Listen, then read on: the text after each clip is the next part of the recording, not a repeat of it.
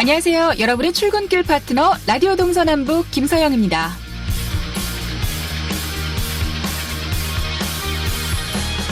우리나라 양돈 산업에 큰 파장을 일으킨 아프리카 돼지열병. 곧 끝나겠지 했는데 이젠 장기화를 우려해야 할 상황입니다. 야생 멧돼지 때문인데요. 지난 3일 비무장지대에서 발견된 멧돼지 폐사체에서 아프리카 돼지열병 바이러스가 발견되며 멧돼지에 의한 전파 가능성이 상당히 높습니다. 게다가 야생 멧돼지를 이대로 둘 경우 아프리카 돼지열병이 우리나라에서 풍토병화될 수도 있습니다. 또 다른 문제는 겨울이 다가오고 있다는 점인데요. 가을철은 야생 멧돼지들이 추운 북에서 따뜻한 남쪽으로 또 깊은 산에서 먹이를 구하기 쉬운 민가 근처로 내려오는 시기입니다. 만약 아프리카 돼지열병 바이러스가 야생 멧돼지를 통해 전파된다면 최악의 경우 전국으로 확산될 수도 있는 거죠. 전문가들은 지금이라도 정확한 개체수를 파악해 조절에 나서야 한다고 말하는데요. 그렇다고 야생 멧돼지를 모두 사냥해 죽일 수도 없고 우리 모두의 지혜를 모아야 할 때인 것 같습니다. 10월 10일 목요일 라디오 동서남북 지금 시작합니다.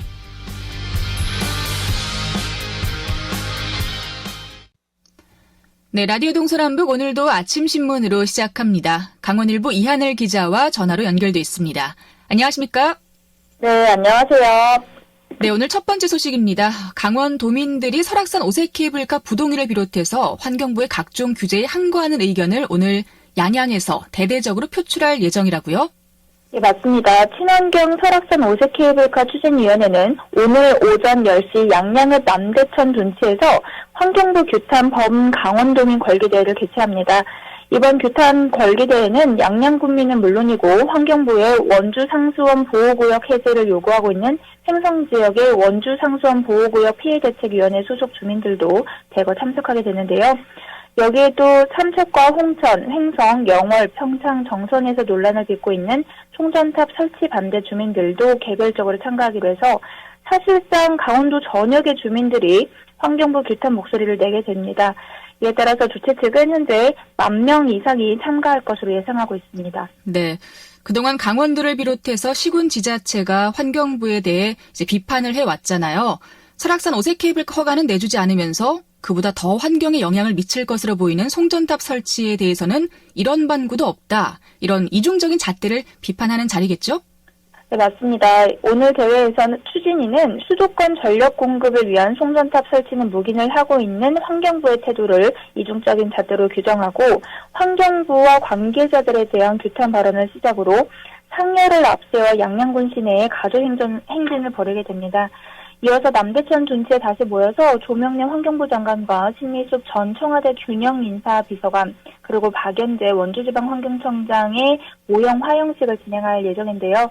이번 도민 걸기대회를 시작으로 오색 케이블카 추진위는 송전선로 건설 계획 지역인 삼척과 홍천, 횡성, 영월, 평창, 정선과 함께 연대해서 지속적이고 강력한 대정부 투쟁을 이어갈 예정입니다.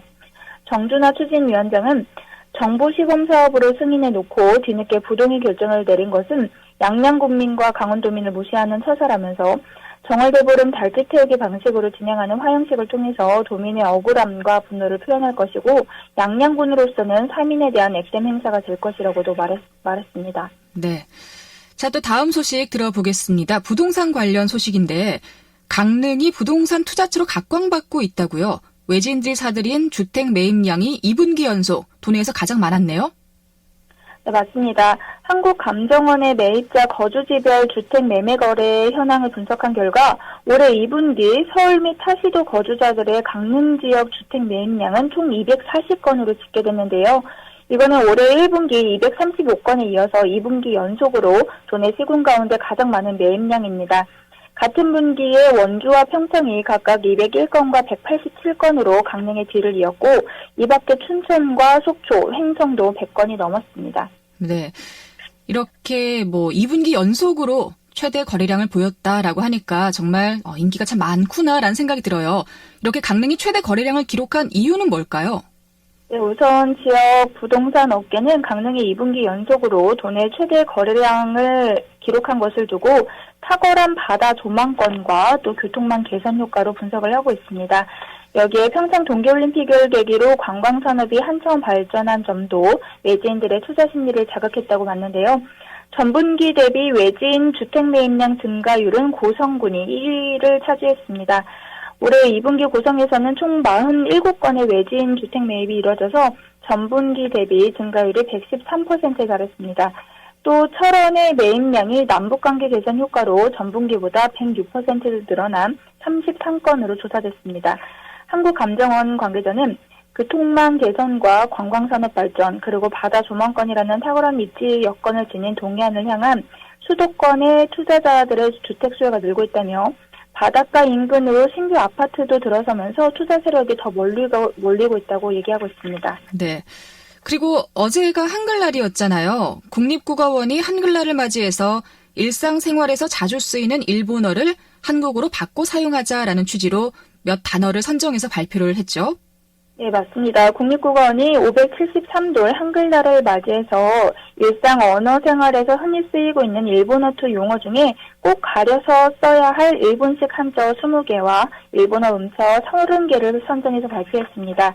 국립국어원은 이번에 선정한 목록은 일본어투 용어 순화 자료집에 실린 1,100여 개의 용어 중에 특별히 개선이 시급하면서 또 실생활 속에서 자주 접하게 되는 용어들로 선별한 것이라고 밝혔습니다. 네. 지금 언뜻 생각해도 몇몇 단어들이 바로 떠오르거든요. 구체적으로 어떤 단어들이 이번에 포함이 돼 있나요? 이번에 선정한 목록에는 일본식 한자어인 망년회, 견습, 고수부지, 구좌, 가불, 이길, 종지부, 그리고 고참, 장고 등이 있습니다. 망년에는 이제 곧 우리 연말이어서 많이들 쓰실 텐데요. 망년에는 송년회로 바꿔서 써야 하고 견습은 수습, 고수부지는 둔치, 구좌는 계좌, 그리고 가불은 선지급, 이길은 다음날, 종지부는 마침표, 고참은 선임, 장고는 잔액으로 사용할 것을 권장하고 있습니다. 또 여기에 일본어 음차어인 모찌는 찹쌀떡으로 순화해서 쓰시면 되고 유도리는 융통성, 나가리는 무산, 나와바리는 구역이라는 용어를 쓰시면 됩니다. 그리고 요게 많이 쓰신 용어들일 텐데요. 쇼부는 결판, 쿠사리는 핀잔, 나시는 민소매, 그리고 무대뽀는 막무가내로 바꿔서 사용하도록 권장하고 있습니다. 또 여기에 곤조는 고집으로 쓰시면 되고 많이들 쓰시는 또 이빠이라는 단어가 있죠. 네. 여기는 많이 가득으로 쓰시면 됩니다. 왁구는 틀, 그리고 뽀록나다라는 표현은 들통나다로 바꿔 써야 된다고 제안을 하고 있습니다. 국어원 관계자는 아직도 비공식적인 자리나 특정 전문 분야에서는 일본어가 버젓이 쓰이고 있어서 개선이 필요한 상황이라고 얘기를 했는데요. 일상생활에서 쓰는 일본어 음차어는 재미적인 요소를 위해서 사용한 것들이 대부분이어서 의식적으로 우리말로 바꿔 쓰려는 노력이 필요하다고 조언하고 있습니다. 네. 사실 인터넷상에서 이렇게 모찌를 홍보하는 글에 사람들이 모찌가 아니라 찹쌀떡이라고 하는 것이 좋다라는 댓글들을 막 다는 걸 본 적이 있어요. 이렇게 우리가 의식적으로 정말 좀 순화하려는 스스로의 자정이 있는 것 같아서 좀 뿌듯하기도 하고요. 또 한글날이 아니어도 이런 일본어식 표현을 버리고자 하는 노력이 항상 필요할 것 같습니다. 자, 강원일보 이하늘 기자와 이야기 나눴습니다. 고맙습니다. 네, 감사합니다.